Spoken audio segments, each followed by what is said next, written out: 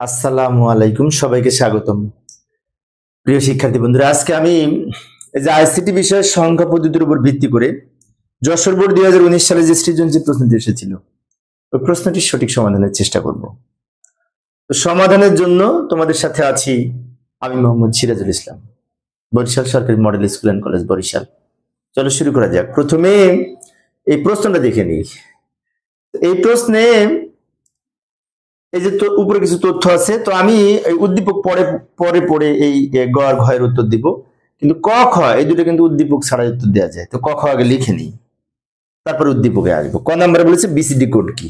তো বিসিডি কোডের পূর্ণরূপ হচ্ছে বাইনারি কোডের ডেসিমেল। বিসিডি এর পূর্ণরূপ বাইনারি কোডের ডেসিমেল, অর্থাৎ দশমিক সংখ্যাগুলোর বাইনারি কোড 4 বিট করে। তো আমরা সংজ্ঞাটা এইভাবে লিখতে পারি যে দশমিক সংখ্যা 0 থেকে 9 পর্যন্ত প্রতিটি অঙ্কের সমতুল্য 4 বিট করে বাইনারি মানে প্রকাশ করাকে বিসিডি কোড বলে। বিসিডি কোড 4 বিটের। যেমন 7 এর বাইনারি মান হচ্ছে 3টা 1। 7 এর বিসিডি কোড যদি লিখতে চাই তাহলে বাম দিকে আরেকটা 0 দিয়ে 4 বিট তৈরি করতে হবে, কারণ বিসিডি 4 বিটের কোড। পরীক্ষায় আসলে উপরটুকু লিখলে হবে, আমি একটু ব্যাখ্যা দিয়েছি। খ নম্বরে কি বলেছিল লক্ষ্য করি।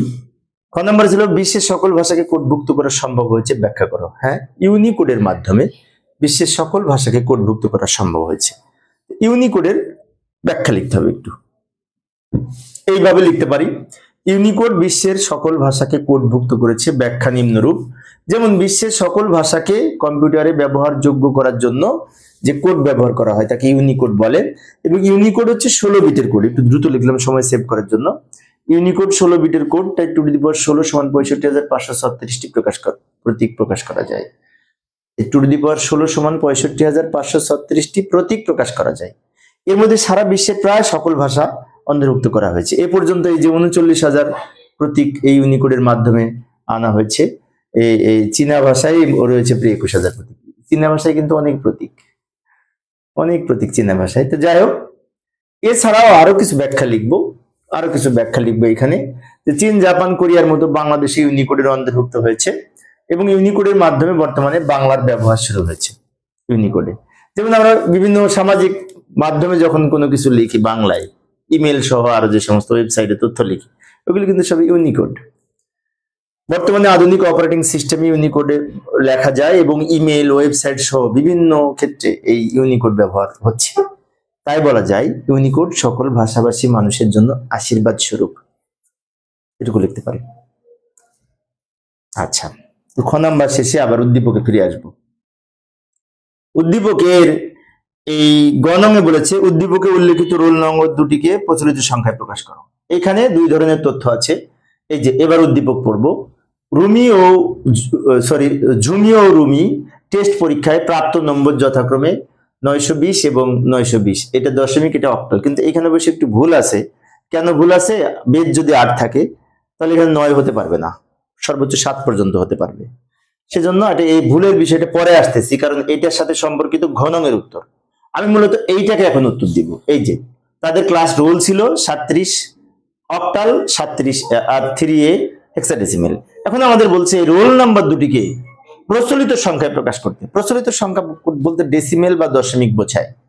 তার মানে কি, আমরা এই 37কে অক্টাল থেকে দশমিক করব, আবার এই হেক্সাডেসিমেলকে দশমিক করব। অনেক সহজ, দুইবার করব। যাই আগে গণং উত্তর লিখি, তারপর ঘনং সম্পর্কে কথা বলবো। এই যে উদ্দীপকে বর্ণিত 37 অক্টাল সংখ্যা এবং 3A হেক্সাডেসিমেল সংখ্যা দ্বয়কে এই দশমিকে রূপান্তর করা হলো, কারণ প্রচলিত পদ্ধতি বলতে দশমিক সংখ্যা বোঝায়। এখন 37কে যদি দশমিক করতে হয়, তো এই 37কে দশমিক করতে হলে প্রত্যেকটা প্রতীককে বেস 8 দ্বারা গুণ করব। যেহেতু অক্টাল সংখ্যা, অক্টালে দশমিক করার জন্য এগুলোকে 8 দ্বারা গুণ করব। যেমন 3 লিখবো, 3কে 8 দ্বারা গুণ করবো, এরপর প্লাস দিব। 7 লিখবো, 7কেও 8 দ্বারা গুণ করবো, এরপর পাওয়ার লিখবো। এই 8 এর উপরে পাওয়ার 0, এখানে 1। এবার সরল করব। 8কে পাওয়ার 1 করে 8, তাকে 3 দিয়ে গুণ করলে 3 × 8 = 24, যোগ 8কে পাওয়ার 0 করে 1, তাকে 7 দিয়ে গুণ করলে 7। 24 আর 7 যোগ করে 31 হবে। এই 31 সংখ্যাটি কিন্তু এই দশমিক সংখ্যাতে ভিত্তি হিসেবে 10 লিখেছি। এই হচ্ছে একটা অক্টাল সমতুল্য দশমিক মান। এবার আরেকটা সংখ্যা ছিল এই যে এটাকে তো দশমিক করব। তো এটাকে দশমিক এইভাবেই করব, কিন্তু 16 দিয়ে গুণ হবে, কারণ এটা বেজ 16। এখানে তো জায়গা নাই, পরের পেজে যাই। এই যে এখানে একটি বিষয় আমি লিখে রাখলাম, এ হচ্ছে হেক্সাডেসিমাল মান, এ এর দশমিক মান হচ্ছে 10, এটা একটু লিখে রাখবো পাশে। এখন আমরা মান লিখবো, 3 কে 16 দ্বারা গুণ করব, প্লাস দিব, এর মান লিখবো 10, 10 কেও 16 দ্বারা গুণ করব। এখন এখানে আমি এ লিখতে পারতাম, কিন্তু 10 লিখলাম আরো সহজ করার জন্য। এরপরে প্রত্যেকটা 16-র উপরে এদিক থেকে এদিকে পাওয়ার লিখতে লিখতে আসবে। এই 16-র উপরে পাওয়ার হিসেবে লিখবো 0, এখানে 1। এবার সরল করব, 16 কে পাওয়ার 1 করে 16, তাকে 3 দিয়ে গুণ করলে 3 16 48, যোগ 16 কে পাওয়ার 0 করে 1, তাকে 10 দিয়ে গুণ করলে 10, 48 আর 10 যোগ করে 58। 58 সংখ্যাটি কিন্তু এই দশমিক সংখ্যা, তাই ভিত্তি হিসেবে 10 লিখলাম, কারণ আমরা জানি যে দশমিক সংখ্যার বেজ হচ্ছে 10। এবার আমরা এই আরেকটা সংখ্যা দেখবো। এবার ঘ নাম্বারে যাব। ঘ নাম্বার বলছে রুমি ও ঝুমির প্রাপ্ত নম্বরকে 2 এর পরিপূরক পদ্ধতিতে যোগ করতে হবে, কি যোগের মাধ্যমে। কিন্তু এই ঘ নাম্বারটা না একটু প্রবলেম আছে। কি প্রবলেম আছে? ঘ নাম্বার যে তথ্য অবলম্বনে আমরা করব, এই প্রশ্নে ভুল আছে। কি ভুল আছে লক্ষ্য করি।